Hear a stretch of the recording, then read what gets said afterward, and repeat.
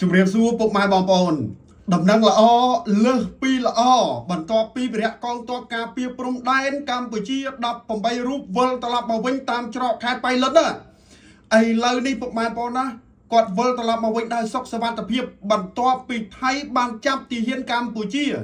ក្រោយបទឈប់បាញ់កាលពីថ្ងៃទី28ខែកក្កដាឆ្នាំ2025កន្លងទៅនៅទីបំផុតពុកម៉ែបងប្អូនទាហានកម្ពុជាបានមកដល់មាតុប្រទេសកម្ពុជាវិញដោយសុខសวัสดิភាពពិសេសគឺបានជួបជុំក្រុមគ្រួសារពុកម៉ែបងប្អូនញាតិមិត្តរបស់ខ្លួនឡើងវិញនៅថ្ងៃទី31ខែ12ឆ្នាំ2025នេះវេលាម៉ោង10ព្រឹក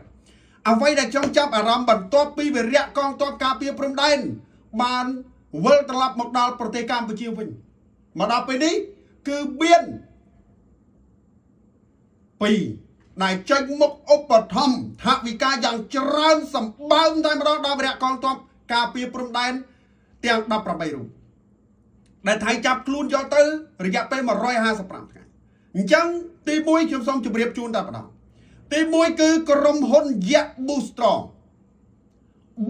បានធ្វើការតំណាក់តំណងមកខ្ញុំដើម្បីផ្ដល់ព័ត៌មានថាបងឥឡូវនេះ Boostrong នឹងចូលរួមជួយឧបត្ថម្ភដល់វិរៈកងទ័ពការពារព្រំដែនទាំង18នាក់ណាទាំង18នាក់ក្នុងម្នាក់នៅតាមវិការចំនួន10លានរៀល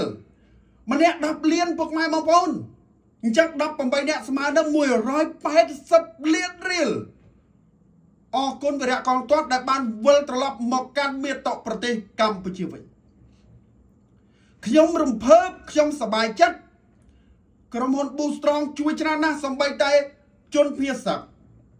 ណាជនភៀសសឹកគឺជាគោលដៅចម្បងតែម្ដងហើយវិរៈកងទ័ពទៀតមានទាំងអង្គមានទាំងម្ហូបអាហារមានទាំងត្រីសាច់មានទាំងជ្រូកមានទាំងពងទាពងមាន់សាច់ទាជួយច្រើនណាស់បាទ Boostrong ជួយច្រើនណាស់អានេះខ្ញុំនិយាយដោយសត្វតែចិត្តខ្ញុំមើលឃើញអញ្ចឹងមែនអញ្ចឹងឥឡូវនេះBoostrong បានចេញធ្វើការជួយទាហានម្នាក់10លានចឹង18នាក់180លានរៀលវ៉ាវច្រើនណាស់180លានរៀលពុកម៉ែបងប្អូន180លានអញ្ចឹងវិរៈកងទ័ពយើង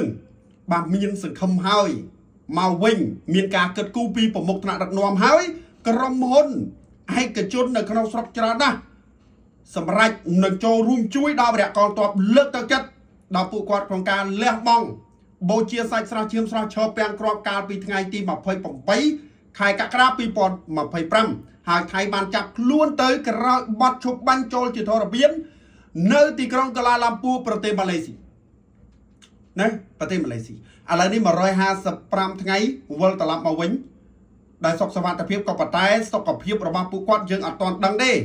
ថាតើសុខភាពរបស់ពួកគាត់នឹងល្អជាធម្មតាទេបាទឬមួយយ៉ាងណាយើងអត់ទាន់ដឹងពុកម៉ែបងប្អូនបាទយើងអត់ទាន់ដឹងអញ្ចឹងមានតែចាំអ៊ុតមើលទៅទៀតចាំមើលថាតើបាទសុខភាពរបស់ពួកគាត់នឹងយ៉ាងម៉េចដែរបាទសុខភាពគឺជាកត្តាសំខាន់និងចម្បងបំផុតបាទចង់ដឹងមើលថាតើសុខភាពរបស់គាត់នឹងយ៉ាងម៉េចខ្លះអញ្ចឹងអរគុណ Boostrong ដែលបានលើកទឹកចិត្តដល់វិរៈកងទ័ពរបស់យើង180លានអត់ទាន់អស់ហើយណានេះគ្រាន់តែ Boostrong មួយនៅមានមួយរូបទៀតពុកម៉ែបងប្អូននៅមានមួយរូបទៀតញាក់សាច់ដូចគ្នាណាញាក់សាច់ដូចគ្នាគឺម៉ាក់អេលីបេឡាបាទបេឡាអេលីពុកម៉ែបងប្អូនប្រហែលជាស្គាល់ហើយណាប្រហែលជាស្គាល់ហើយដោយក្តីរំភើបដឹងគុណផនសុផារីប្រកាសជួនថវិកាវិរៈកងទ័ពទាំង18រូបក្នុងម្នាក់$1000សហរដ្ឋអាមេរិកវ៉ាវម្នាក់1000ទៀតអញ្ចឹងសរុបទាំង Boostrong ទាំងបាទផនសផារីសរុបទៅគឺម្នាក់ទទួលបាន14លានរៀល14លានរៀលសូមជម្រាបណាអញ្ចឹង18នាក់ផនសផារីអស់ថវិកា$18000 $18000បាទទឹកចិត្តនេះពិបាករកណាស់បាទពិបាករកណាស់ នៅព្រឹកថ្ងៃទី31ខែធ្នូឆ្នាំ2025នេះ វរៈកងទ័ពកម្ពុជាទាំង18រូបដែលបានចាប់ខ្លួននិងដាក់ឲ្យស្ថិតក្រោមការឃុំក្រងរបស់យោធាថៃអស់រយៈពេល155ថ្ងៃពេលនេះតាមការសន្យាភាគីថៃបានដោះលែងឲ្យវរៈកងទ័ពកម្ពុជាត្រឡប់មកកម្ពុជាវិញជួបជុំក្រុមគ្រួសារប្រកបដោយសុខសុវត្ថិភាពវិញហើយអញ្ចឹងពុកម៉ែបងប្អូននេះគឺជាដំណឹងល្អចំពោះការវិលត្រឡប់របស់វរៈកងទ័ពការពារព្រំដែនកម្ពុជាទាំង18រូប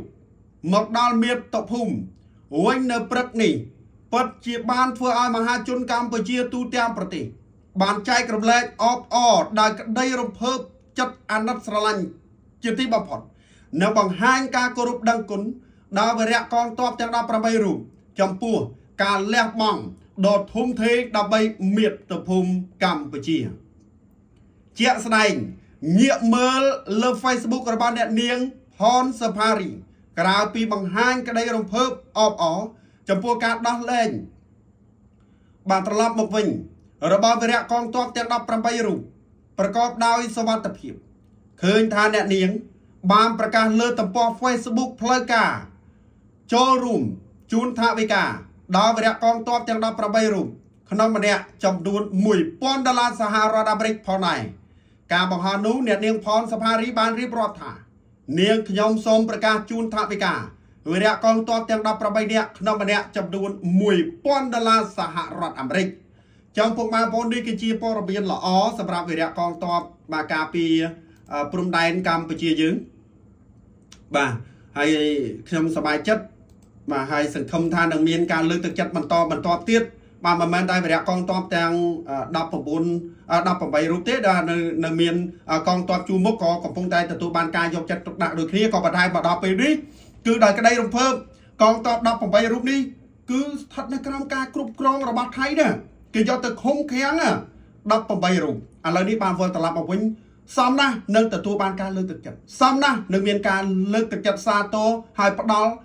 ជំនួយបានដល់ពួកគាត់បាទសមណាស់ចឹងពុកម៉ែបងប្អូនទាំងអស់គ្នាបានតាក់ទងបានទៅនឹងព័ត៌មាននេះពុកម៉ែបងប្អូនគឺជាព័ត៌មានដ៏ល្អបំផុតបាទសម្រាប់បាទខ្ញុំដែលជាប្រជាពលរដ្ឋក៏ដូចជាក្រុមគ្រួសារវរៈកងទ័ពបាទការពារព្រំដែនទាំង18រូបបានវិលត្រឡប់មកវិញហើយយើងចាំតាមដានបន្តទៀតខ្ញុំសូមថ្លែងអំណរគុណដល់ Boostrong ខ្ញុំសូមថ្លែងអំណរគុណដល់អ្នកនាងផនសុផារីបាទផងដែរដែលបានចូលរួមឧបត្ថម្ភលើកទឹកចិត្តដល់វរៈកងទ័ពកម្ពុជាទាំង18រូបវ៉ាវពិតជាអស្ចារ្យមែនទែន Amazing បាទខ្មែរស្រឡាញ់ខ្មែរជួយខ្មែរខ្លាំងខ្មែររួបរวมគ្នាគ្មានបរទេសណាអាចបាទឈ្លានពានខ្មែរបានទេអញ្ចឹងតាក់ទងបានទៅនឹងព័ត៌មានពុកម៉ែបងប្អូនចូលរួមបានបញ្ចេញមតិយោបល់ម្នាក់មួយផងបើសិនជាលើកទៅលើសបានត្រូវខុសដោយប្រការណាមួយក៏សំខាន់តែអភ័យទោសនឹងសូមជម្រាបលាបាទ